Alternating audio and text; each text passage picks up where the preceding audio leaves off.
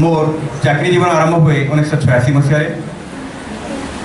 झर हाईस्कल झर्रे से स्कूल विज्ञान शिक्षक हिसाब से मुझे 21 वर्ष चाकरी जीवन अतिबाहित कली एवं सेठारू 2008 मसीह बीएपुर गवर्नमेंट हाईस्कल को ट्रांसफर है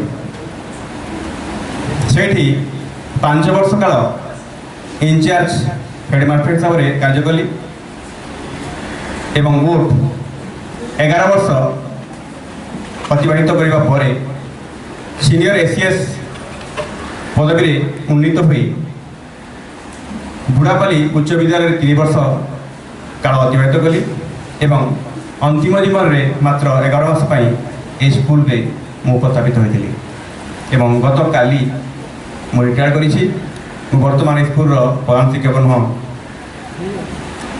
एक्स हेडमास्टर वर्तमान मु एक्स हेडमास्टर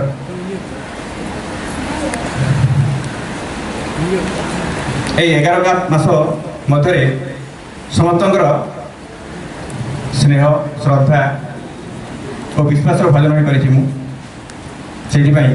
आपण मानू विशेष धन्यवाद दूसरी आपण मान गुण ही मत यह करने को बाध्य कर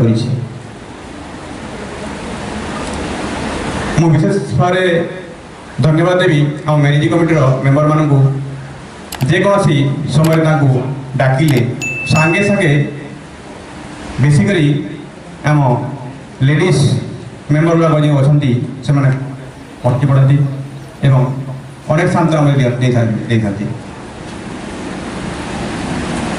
स्कूल हॉस्टेल कथा हो स्कूल बिल्डिंग कथा हो अन्य विषय हो सब विषय सहित पुंखानुपुंख आलोचना हुए एवं किसी काम करने को सुजोग मिले मो स्कूल अभियान में बाकी रही काम कथा जो कहते खमारी सार से मोर कृति नुहे से कृति मोर समय से चाहूबा जो से कामटा संपादित हो पारी एवं आपण पूर्व जो हक थिला हॉस्टेल कथा हॉस्टेल सैंक्शन हो 3 कोटी टंकार एवं चलित वर्ष बोधे से कार्य उत्पादन हो पिलामानकर अवस्था जो अवस्था भोगुंट हॉस्टेल से अवस्था भल घर भल पायखाना हे पानी सुविधा हे लाइट सुविधा हे पे शांति रे से मत आश्वस्ति लगुच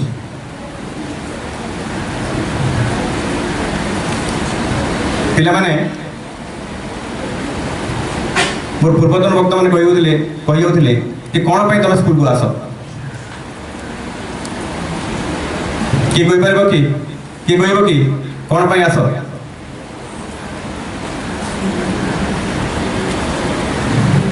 अधिकांश क्षेत्र में भारत में जदि आम एक प्रश्न पचारा ताले तुम उत्तर देव चाकरी खंडक किंतु केवल चाकरी नुहे स्कूल को आसवा अर्थ हूँ मनीष सर्वांगीन उन्नति ऑलराउंड डेवलपमेंट एवं से सरकार अनेक प्रचेषा रही किंतु विभिन्न योजना कार्यकारी हेले सफल काम हो पारना केतक अनिवार्य कारण से सब मुझे डिस्कसन करने को चाहूनी सरकार विरोधी कथा कहूँ चाहूनी 20 वर्ष आगु शिक्षा दर जो मजा थिला से मजा हो ना किए जड़े कहीगले स्कूल एक दंडमुक्त अंचल स्कूल में तो दंड दि जाए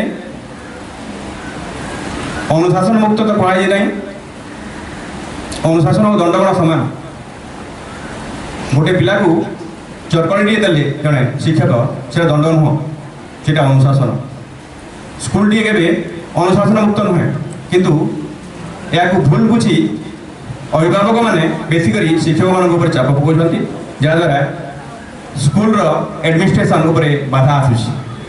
ସେଥିପାଇଁ ମୁଁ ଏସ୍ଏମ୍ସି କମିଟିର ମେମ୍ବରମାନଙ୍କୁ ଅନୁରୋଧ କରିବି, ପ୍ରକୃତରେ ମାଡ଼ ଦେବାଟା, ଅଳ୍ପ ପିଟିବା କିମ୍ବା ବାଡ଼େଇବା ଏଇଟା ଦଣ୍ଡ ନୁହଁ, ଏଇଟା ଅନୁଶାସନ। ଅନୁଶାସନ ବିହୀନ ମଣିଷ ପଶୁ ସହିତ ସମାନ ଏବଂ ବିନା ଅନୁଶାସନରେ ଶିକ୍ଷକ ହୋଇପାରିବ ନାହିଁ।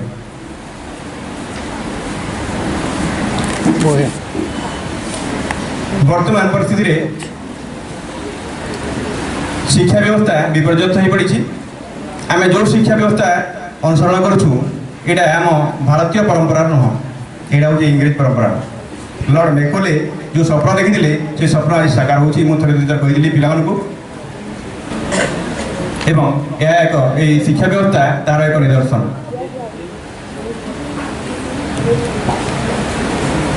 ଗୋଟେ ଛାତ୍ରର 5ଟି ଲକ୍ଷ୍ୟ ଥାଏ। ସାର୍ କହୁଥିଲେ କାଗଜ ସ୍ନାନ ଭଗବତ ଧ୍ୟାନ ସ୍ୱାନ ନିଦ୍ରା ତଥୈବ च ଗୃହତ୍ୟାଗୀ ସ୍ୱଳ୍ପାହାରୀ ଗୃହତ୍ୟାଗୀ ବିଦ୍ୟାର୍ଥୀ ପଞ୍ଚଲକ୍ଷଣ। ଏ 5ଟା ଲକ୍ଷ୍ୟ ଯଦି ପିଲାଙ୍କର ନଥିବ ତେବେ ସେ ଭଲ ଛାତ୍ର ହୋଇପାରିବ ନାହିଁ। ଗୁରୁଙ୍କ କଥା ମାନି ଚଲ। ଗୁରୁ ଯେଉଁ ଟାସ୍କ ଦେଉଛନ୍ତି, ଶିକ୍ଷକ ଯେଉଁ ଟାସ୍କ ଦେଉଛନ୍ତି ସେ ଟାସ୍କ କର।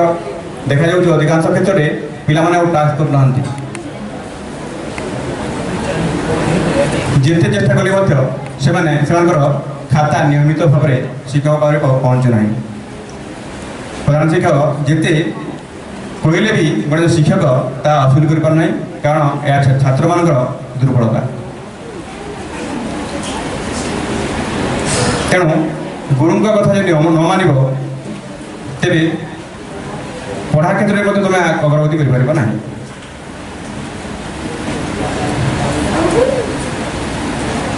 ସବୁବେଳେ ଗୁରୁମାନଙ୍କୁ ଆମ ପରମ୍ପରା ଭଗବାନଙ୍କ ଠାରୁ ମଧ୍ୟ ଶ୍ରେଷ୍ଠ ବୋଲି ବିବେଚିତ କରିଛି। ଅନେକ କବି, ଅନେକ ଫିଲୋସଫର ଛାତ୍ରମାନଙ୍କ ବିଷୟରେ, ଶିକ୍ଷକମାନଙ୍କ ଭିତରେ, ଗୁରୁମାନଙ୍କ ବିଷୟରେ ଅନେକ କଥା କହିଯାଇଛନ୍ତି। ସେହିଭଳି ଭାରତ ଜଣେ ବିଦ୍ୱାନ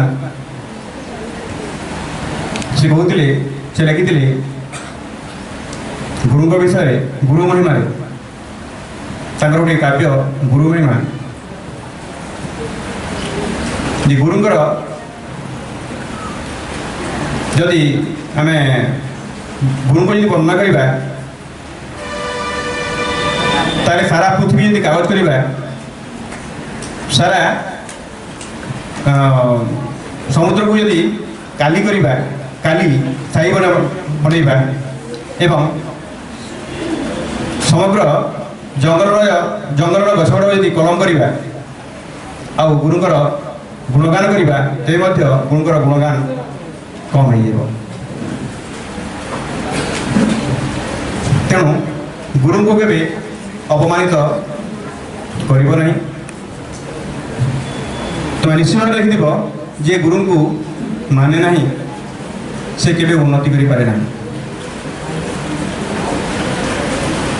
ବେଦରେ ମଧ୍ୟ କୁହାଯାଇଛି, ପୁରାଣରେ ମଧ୍ୟ କୁହାଯାଇଛି, ଗୁରୁ ବ୍ରହ୍ମା ଗୁରୁ ବିଷ୍ଣୁ ଗୁରୁଦେବ ମହେଶ୍ୱର ଗୁରୁ ସାକ୍ଷାତ ପରମ ବ୍ରହ୍ମ ତସ୍ମୈ ଶ୍ରୀ ଗୁରବେ ନମଃ।